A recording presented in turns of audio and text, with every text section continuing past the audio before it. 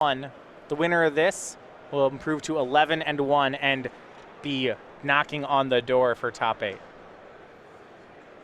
Baugh has registered Woodweaver's Puzzle Knot in the creatures column. I don't know. I think you probably have to call a judge on that, right? That's got to be at least a game loss, right?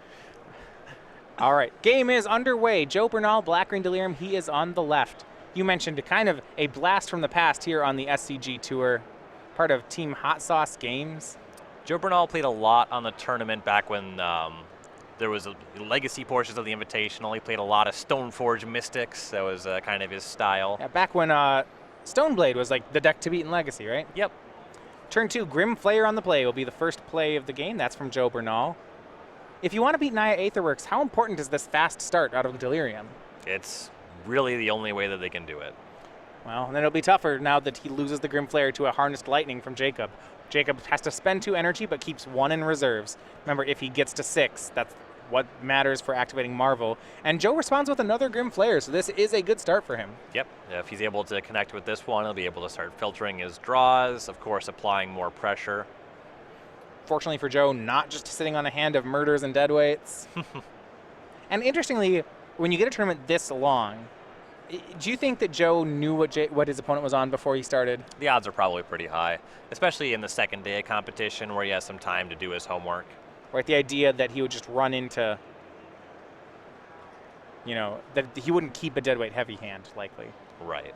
So Jacob's going to let Joe get a hit in with the flare, but he develops his own board. It's a Vessel of Nascency and a Woodweaver's Puzzle Knot. So now up to 4 energy. This means if he has land for Aetherworks Marvel, he's very close. Right, and the Vessel will make it so he's very likely to at least have a turn 5. Yeah, I guess that's what he's setting up for, is that a turn 5 really is, he's looking for that turn 5 Marvel. Yep. What Bernal really wanted here was land for Mindrak Demon.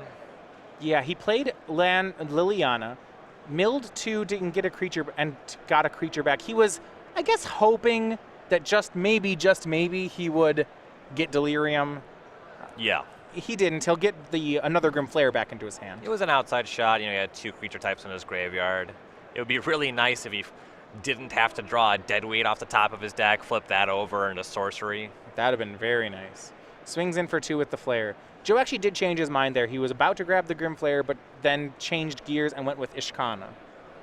Ishkana is just going to apply more pressure. The Grim Flayer, it's still able to attack for 4. He'd get more looks at the top of his library to try to manipulate his draws. He can mill himself aggressively to get an Emrakul on the battlefield. That's an avenue to win the game, even if you fall a little bit behind in this matchup.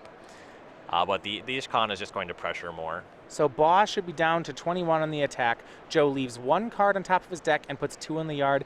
It's another land in a Tireless Tracker, though. So 5 cards in, Joe only has 2 different card types.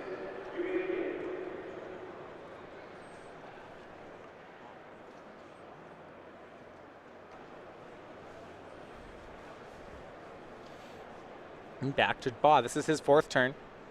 As you mentioned, he's likely setting up for a turn 5 Marvel. Even if he has it on this turn, he only has 4 energy currently. He wouldn't be able to spin it immediately. I guess he needs to have the land. He does. It's Aether Hub, going up to 5 energy, and he'll cast Chandra and -3 to take care of Joe's attacker. And he had to spend an energy to cast Chandra, which is why you see him still at 4. This is significant, though. The Chandra not only kills the Grim Flayer, but it'll allow, if Baugh is able to untap with this Chandra, he'll be able to activate the Vessel and have enough mana to cast a Marvel on the next turn by using the Chandra to plus for 2 red mana. Yeah, well, actually, it's even better, right? If he has another land, he can crack Puzzle Knot and just do it all in 1 turn. And Joe will activate Hissing Quagmire, attack down Chandra, and say go. And with the life totals being so high, I think that it was a good move for Joe. Yeah, he can't. He can't lose the mid-range fight either, right? Yep. Aether Hub and Aetherworks Marvel for Baugh. Now he only has 5 energy right now, but every time a permanent hits the graveyard, he'll get another energy. So as soon as he untaps, he's going to fire off the machine. And there's not going to be any main deck way for Bernal to solve this Marvel before it starts spinning. No, Bernal has registered a very standard list here of just, it is 9 different 4-ofs. It's 3 Tracker, 2 Ishkana, and all 4-ofs. This is actually an aggressive version. Sylvan Advocate and Grimflayer. Okay. Deadweight, Murder, Grasp, all 4-ofs. This is a pretty different build, huh? Yeah, he's on the aggressive side. It's not the most aggressive build that features Smuggler's Copter and Blossoming Defense. Right. But he's definitely skewed towards being able to pressure blue-white very quickly. Yeah, no Emrakul in the whole 75. Okay, that's something that's going to hurt him in both the mirror and this matchup. Once Baugh starts activating Marvel and finding his own Emrakuls, Emrakul is one of the best ways for Joe to claw back in. And Joe ballooning a bit on kill spells here. You see Murder at the front of his hand. His Liliana will -2. Puts Deadweight and Liliana in the graveyard. So now he has Delirium, Creature, Land, Enchantment, Planeswalker. And because he's not an Emrakul deck, he doesn't actually need to keep counting. It's not... Right, just gets to 4, and then his Then deck we're good. does what it does.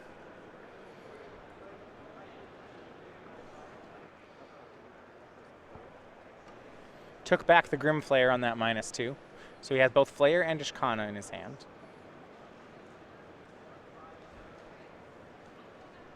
Think about tapping 4 mana that suggests a Mind Rack Demon, or there goes the full 5. Full 5, let's go with the Graph Widow. He does have the 3 spiders with it. Tireless Tracker in the graveyard, so he has Land, Creature, Enchantment, Planeswalker. Now, Jacob gets to start spinning. And here we go. Attune with the Aether brings Baugh up to 7 energy.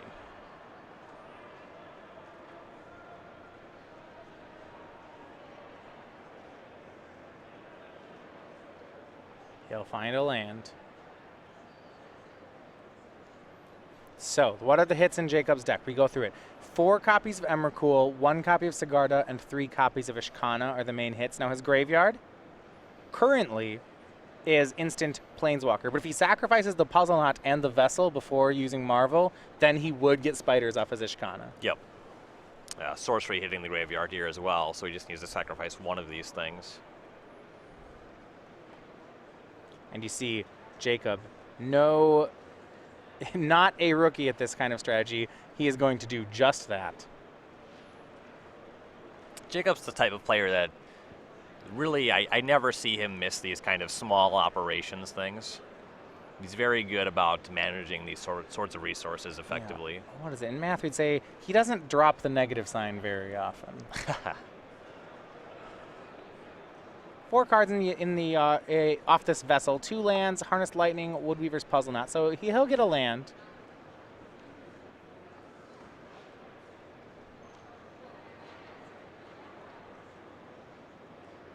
Yeah, can't take Harnessed Lightning. Okay, he can take Puzzle Knot. You can take an artifact here.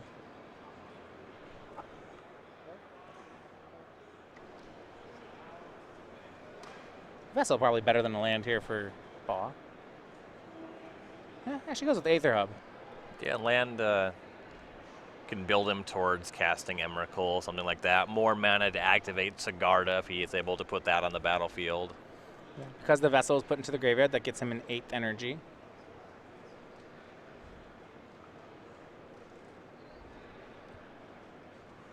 May not sacrifice Puzzle Knot this turn, we will see. He would have to use Aether Hub to spend an energy to do it. Sigarda's already in his hand. And he actually just passes here. So I was expecting him to spin Marvel right away. Looks like he's trying to possibly just catch Joe in combat with some surprise blockers. He doesn't really expressly need to Emrakul straight away here. Ishkana and the Spiderlings swing. Now Baugh will use the Marvel. So if he hits an Emrakul here, Jacob actually gets the next turn, right? He controls Joe's next turn, and then there's a bonus turn after it. But he would get the first shot. Yeah, he probably doesn't want to Emrakul here necessarily. He's going to cast Nahiri. So this off is the actually Marvel. some of the reason maybe he actually really wanted Nahiri, and if he got Nahiri on his own turn, then the Ishkana is able to attack it. Oh, wow, because he just says no blocks, takes 6, and now the Ishkana's tapped. Yep. You can exile that with the Nahiri now. That's sweet.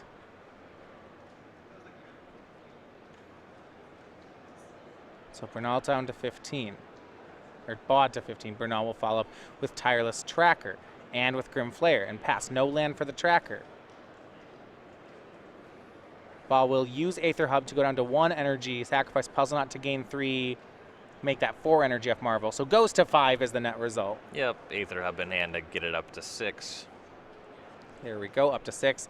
Now, the issue is that a lot of times even if he hits Emrakul, he doesn't have blockers to just make Joe lose the team. Not yet. You would just have the Emrakul itself. And now main phase. Looks like we're going to load up Aetherworks Marvel with 6 energy. Baugh has Emrakul in hand here. So this Marvel might be actively looking for Ishkana to generate more blockers. It is. Ishkana is the play. There is Delirium. Planeswalker instant sorcery land. -2 from Nahiri to exile the Ishkana of Joe, and then you're absolutely right. He casts his own Emrakul. Yeah, 7 lands. He has 6 card types. Enchantment, Planeswalker, Sorcery, Instant, Artifact, Land. Yeah, that's Emrakul. Pretty good turn of events there for Baugh. Joe says that's game right there, because Jacob will take Joe's next turn. Joe will suicide all the creatures, and that'll be the end. And with Joe not having access to Emrakul himself, it's basically impossible for his configuration to come back from that kind of board state. So we'll be going to the sideboards. All right, so Black-Green Delirium, Joe Bernal down a game here. We're going to look at his sideboard, though. They definitely build their sideboard to address this matchup, and it's got a lot of great things. 3 Transgress the Mind, 2 Pick the Brain, 3 Natural State, 2 Appetite for the Unnatural, 3 Ruinous Path, and 2 copies of Kalidas Trader of Get. Now remember that he is not an Emrakul build of Delirium. Yep, all of the discard spells here are going to be excellent. The Transgress is the Pick the Brains to remove the Marvel or Emrakuls out of Baugh's decks. Appetite for the Unnatural to limit him to 1 spin off of the Marvel. That's totally reasonable. Some argument for Ruinous Path, because you're going to need to kill these Nahiris, these Emrakuls, so I like that one a good amount, actually. Yeah, so do you fight over the artifacts? Things like, so you mentioned Appetites and Natural State. The Natural State, because it does not hit Marvel, I think is straight out. It doesn't really matter. Maybe you get lucky and you're able to attack a Vessel in Nascency and take that out, but I think that's just too small impact. But it's likely that we see him bring in the Appetite for the Unnaturals. For Jacob Baugh, playing Naya Aetherworks, he's up a game here. His sideboard is 3 Kozilek's Return, 3 Tireless Tracker, a World Breaker, a 2nd Sigarda, 3 Tears of Valakut, 2 Natural State, a Nissa Vital Force, and then 1 copy of Ulamog, the Ceaseless Hunger. So in this kind of matchup, the Ulamog is going to be great to go over the top. I like Nissa Vital Force. It's another way to potentially play a grindy game. Extra copy of Sigarda is reasonable. World Breaker is probably pretty good. It's the kind of threat that you can recur if it just goes to the graveyard. And frequently you'll see Tireless Tracker coming in for these decks against Delirium, just because they're likely going very light on removal. You're able to use it and play kind of a grindy game with that card. Wow, we'll see if Joe can get the second game. With all this discard in the sideboard, I know the matchup gets closer for Joe. Does it get above 50%? Is he the favorite yet? I think he's skating that 50% line. In particular, Joe's build without the Emrakul, he's likely south of it still. So in 2016, Star City Games is happy to announce the new Infinite Challenge package we'll be doing. This is at all of our opens in the upcoming season. You can take advantage of our expanded side event schedule with an Infinite Challenge package. So what does this mean? This is available starting this very weekend in Atlanta, and it's going to be happening all year. It includes entry to all of our challenge events all weekend long. So you also get one of the StarCityGames.com exclusive playmats. So for the first half of 2017, it's going to be a Smuggler's Copter, Aether Vial, and Gamble. For example, and you get to have, you get the format of the off format, the one that's not played during the weekend. So it means that you can get any, no matter what, each playmat is accessible every weekend. Now, for a 2-day weekend, it's $80 for the 2-day package and $100 for the 3-day invitational weekends. We have more challenge events every weekend, including all 3 formats. So a lot to take advantage of. Go to starcitygames.com/schedule to find out details for any specific open weekend. Collect them all. These are cool pieces of tour history. You're able to get the ones from this year and continue to get them year on. Great decorations for your game room. Now up a game, Jacob Baugh.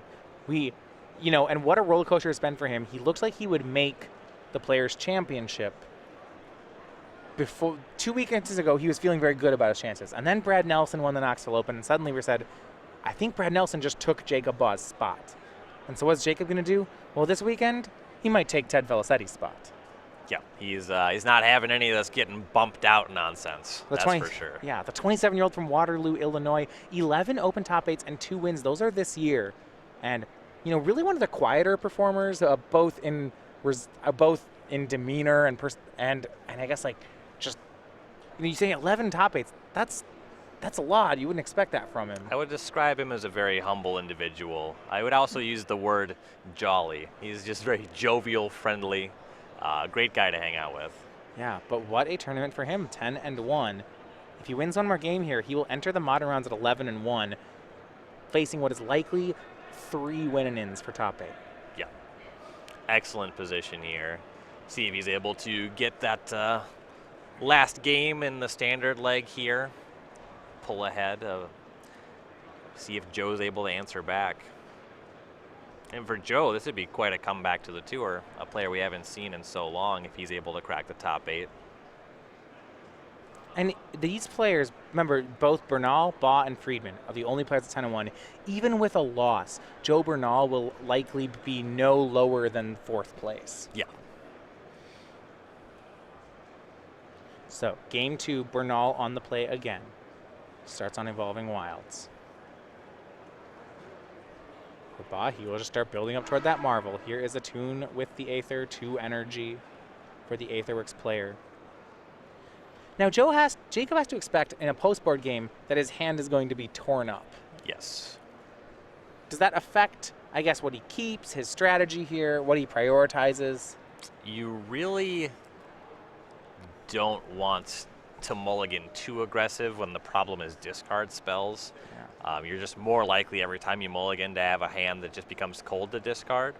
There is some concern about having redundant payoff cards and getting hit by an early Delirium activated Pick the Brain that would just destroy you. So once again, Joe has the turn 2 Grimflayer on the play, and once again, Jacob responds with Harnessed Lightning. And once again, Joe has a second Grimflayer. Yeah, the big difference here, he doesn't have the 3rd land to go with it. So this could be dangerous. Traverse the Ovenfold from Jacob. He's going to try to build his way up on mana. He may not have had another land. You see he gets a mountain here.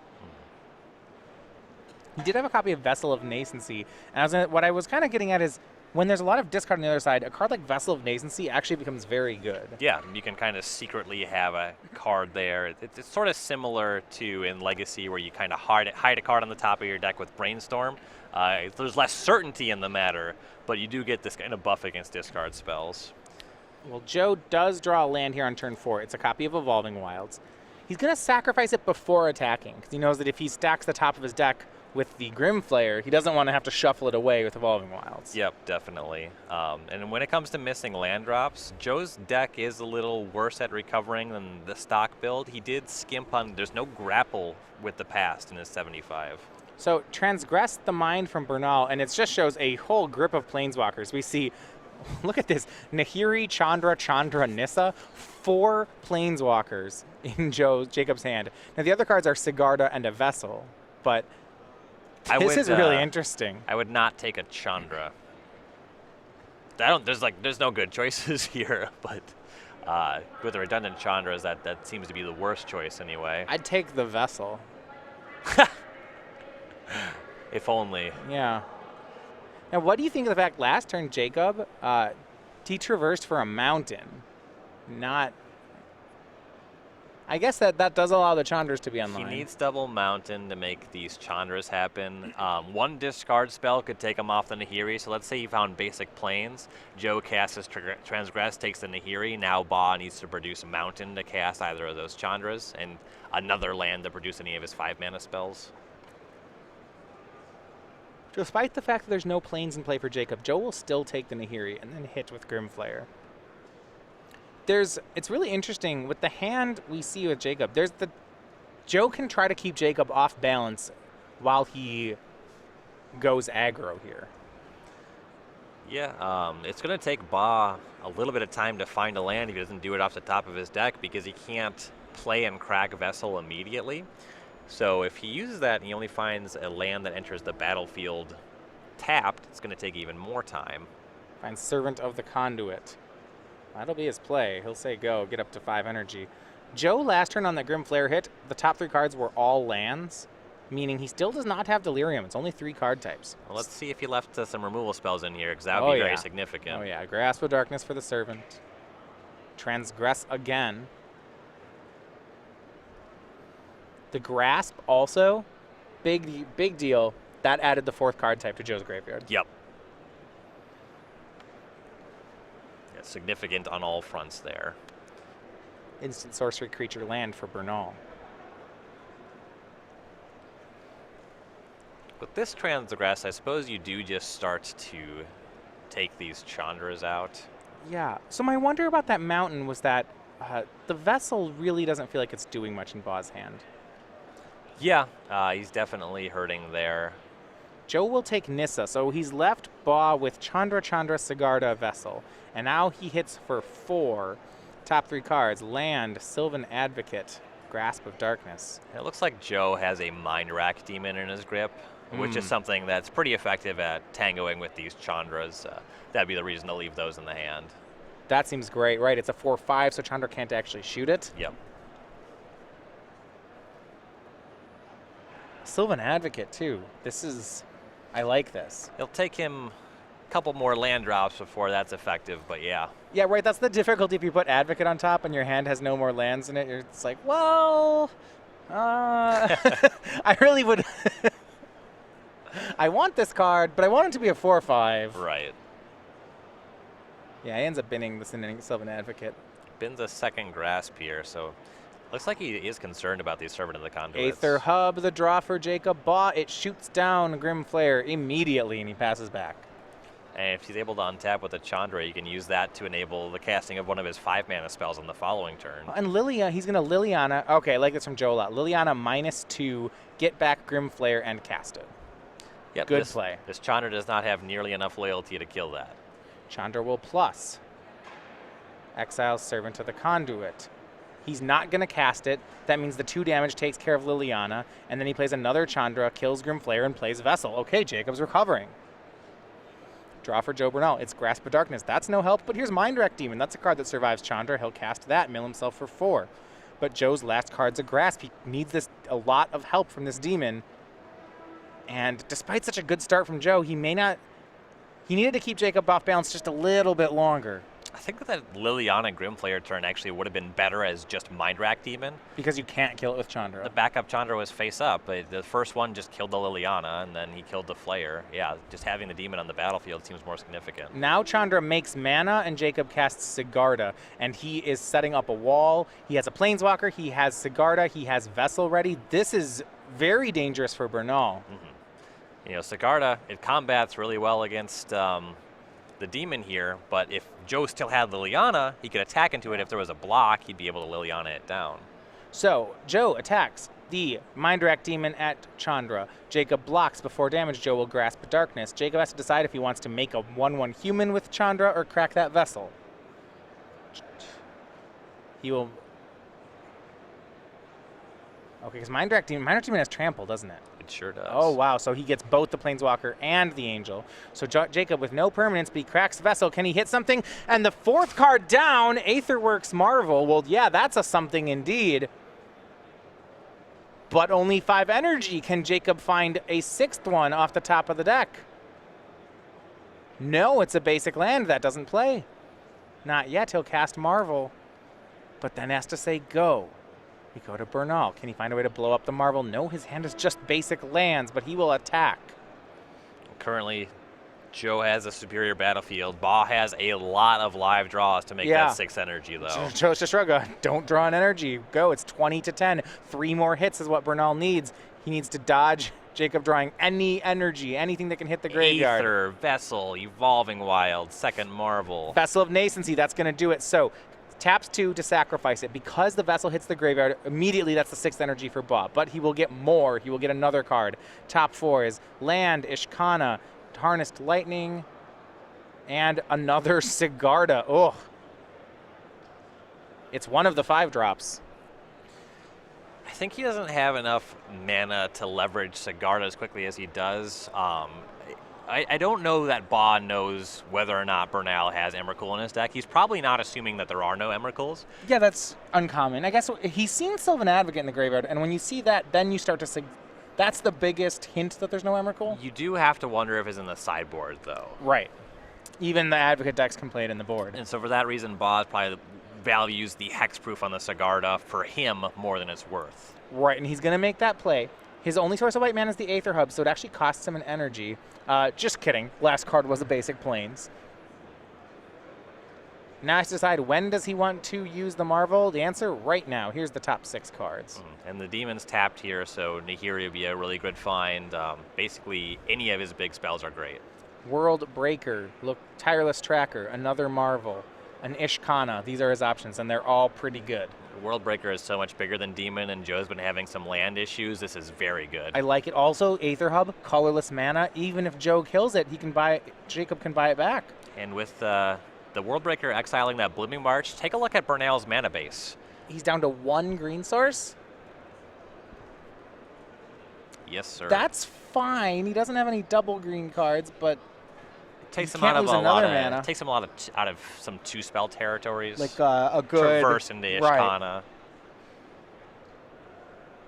A swing here from Mindrak Demon. Baugh will block with World Breaker, then sacrifice a land, getting an energy to put World Breaker back in his hand.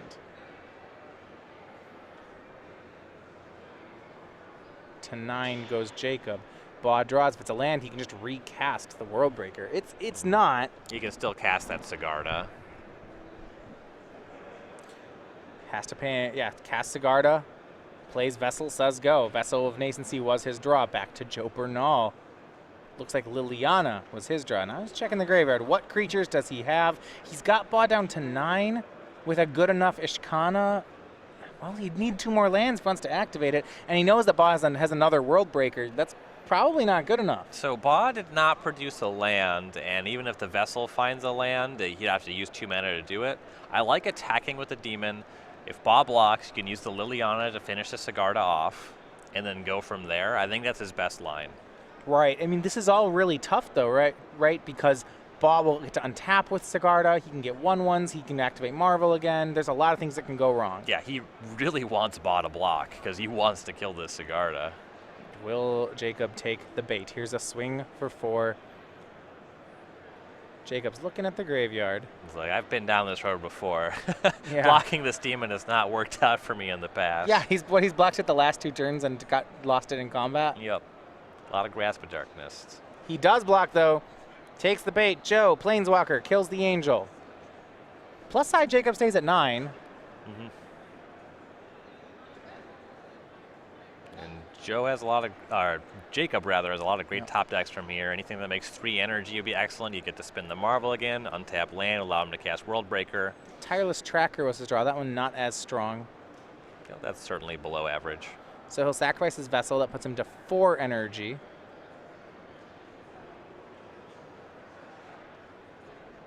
Tracker, Servant, Aether Hub, and Kozilek's Return. Well, this is pretty good. Servant will get him enough energy to use Marvel again. There's that option. Yep.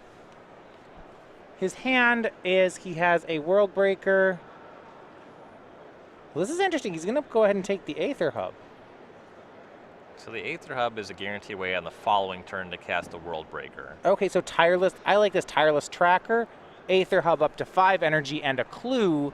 He'll say go. Now he's taking damage, right? No blocks on the Mindrak Demon anymore. So this Clue is his 6th energy because of the gross. Marvel. Oh, this is good. You're right. This is excellent. So he gets everything. He gets a card, a creature, and still uses the Marvel. Yeah, this is a lot better than Servant. He gets the land for World Breaker next turn. Yep. Ugh. Ugh. What is Joe Bernal going to do? He's got Jacob to 9, but those last 9 points, I don't know. Well, he'll swing Mindrak Demon. Certainly isn't winning if he doesn't. Yep. And just Jacob Baugh try to catch him in combat? Oh, yes, he does. Cracks a Clue, draws a card, gets that energy number 6. Gets a 1/1 counter. The card is Nahiri. Well, okay. That'll be good Marvel. next turn. Yeah. What can he cast off the Aetherworks Marvel? Emrakul. Reasonable. All right, so the text on Emrakul here, when you cast Emrakul, win the game. Yeah. That's how it's going to play out. It is Emrakul the promised end. The text is it ends the game. Yeah, and I mean, it was, so how it would work is Jacob would